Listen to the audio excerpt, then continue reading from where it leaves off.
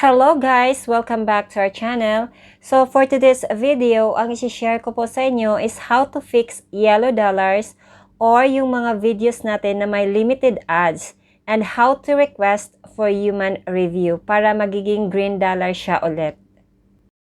Ano nga ba ang ibig sabihin ng yellow dollars at bakit yung ibang videos natin kahit green siya dati is nagiging yellow dollars? So ngayon guys, isi-share ko sa inyo kung ano yung mga dahilan kung bakit nagiging yellow dollars yung ating video.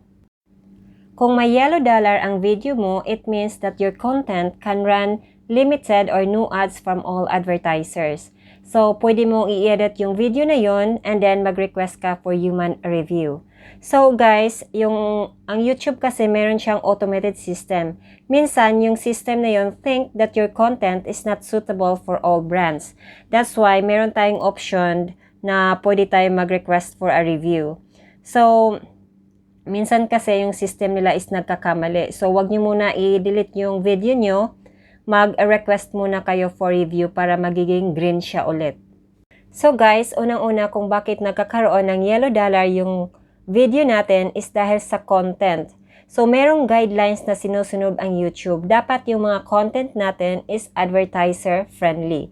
So, ano-ano yung mga topics na hindi advertiser-friendly? So, like inappropriate language, violence, adult content, shocking content, harmful or dangerous acts, hateful and derogatory content, recreational drugs and drugs-related content, firearms, controversial issues, sensitive events, incendiary and demeaning, tobacco-related content, adult themes, and family content.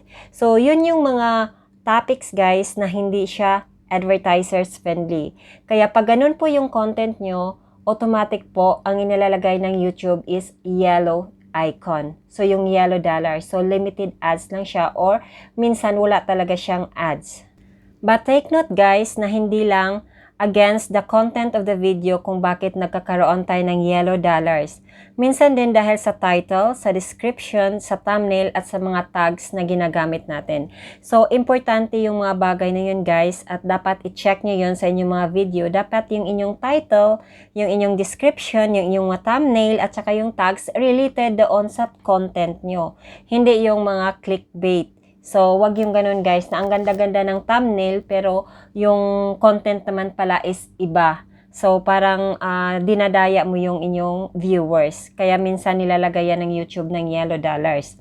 So, guys, yan yung mga dapat nating tandaan. So, kung yung video mo naman is feeling mo suitable for most advertisers, so, konting change lang. Wag mo i-delete agad. Konting change lang sa title, sa description, mga ganon, sa thumbnail, para pag nag-request ka ng human review, is mabilis po siya ma-approve.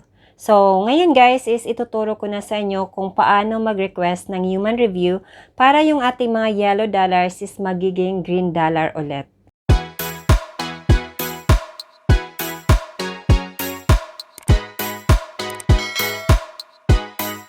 So guys, nandito na po tayo sa ating YouTube studio and then punta lamang po tayo sa ating mga content.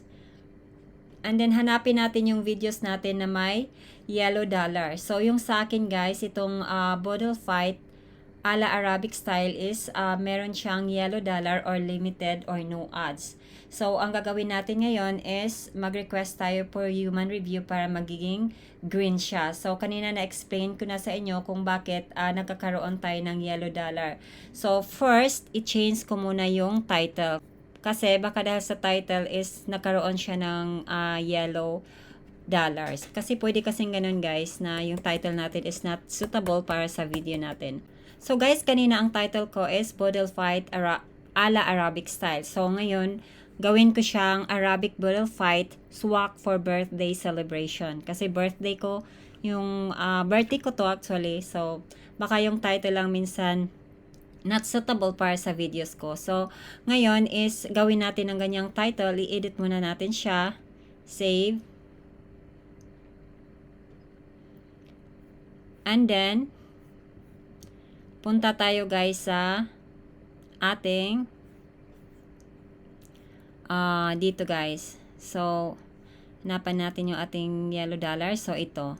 Ngayon is ituturo ko na sa inyo yung kung paano request for human review. So, dito nga guys, this video is running limited or no ads due to content identified as not suitable for most advertisers. So, hindi lang naman dahil sa content guys, kasi minsan na-explain ko na sa inyo kanina kung ano-ano yung mga dapat nating tandaan sa ating mga videos para ito ay suitable para sa mga advertisers at hindi siya magiging yellow dollar. So, ito, minsan din sa title din guys. So, dapat yung mga title din natin at yung mga description is tama. So, ngayon, dito tayo sa ad suitability under restriction.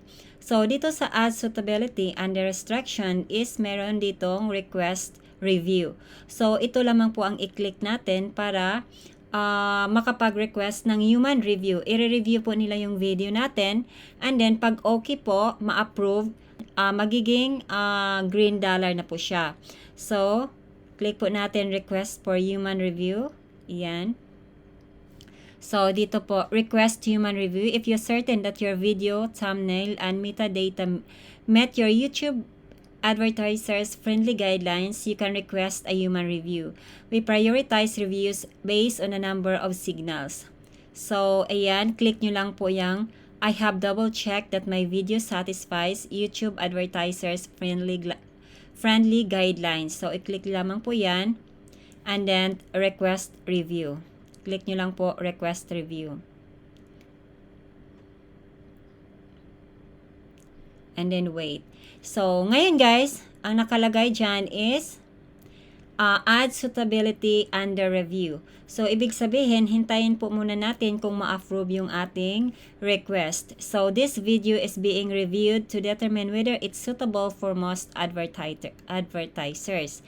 So, maghintay tayo guys, baka bukas ma-approve na po siya. So, pag malalaman nyo naman po, pag ma-approve siya dahil magiging green na po yung dollar niya. Ibig sabihin, open na po siya for all ads. So, hindi na po siya limited. Kahit green yan dati. Dati guys is green yan. So, noong last 2 weeks ago lang siya nagiging. So, kailan ko siya na in-upload? Nung June 30 pa lang. And then, last 2 weeks ago, napansin ko nagkakaroon na siya ng yellow dollar. So, ngayon is, magre-request tayo for human review dahil feeling ko naman yung video na to is suitable siya for most advertisers.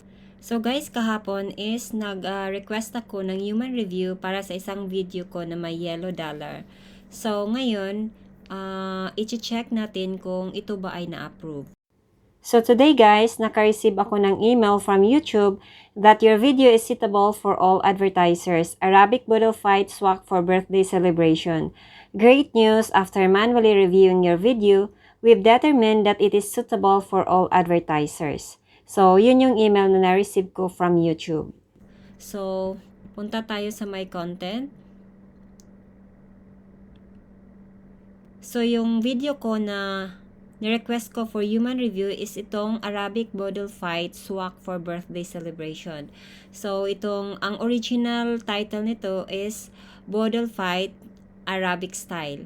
Minsan kasi, kaya naka-yellow dollar siya is minsan sa title, minsan sa ating description, and minsan din sa ating ginagamit na thumbnail. Pwede nyo i-change yung inyong title, ang inyong description, or yung inyong thumbnail para mabilis po kayo ma-approve ng pag nag-request kayo for human review.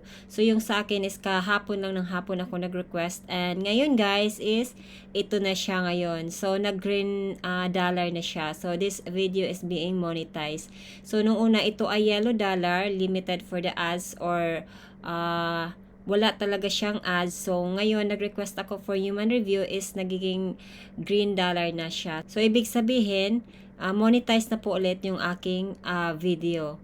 So, ganun lang kadali guys, request for human review kung kayo po ay may yellow dollar sa inyong mga video. So, wag po kayong matakot, mataranta na, bakit nag-yellow dollar ito? So, madali lang po mag-request for human review kung alam naman natin yung video natin is walang nilalabag sa rules ng YouTube. So, until next time guys, thank you so much. Sana may natutunan po kayo sa video na to, sa vlog kong ito, about po sa ating yellow dollars. Para po sa mga newcomers ng aming channel, please don't forget to click the subscribe button and hit the notification bell para updated kayo sa aming next video. Thank you guys. Until next time. Bye!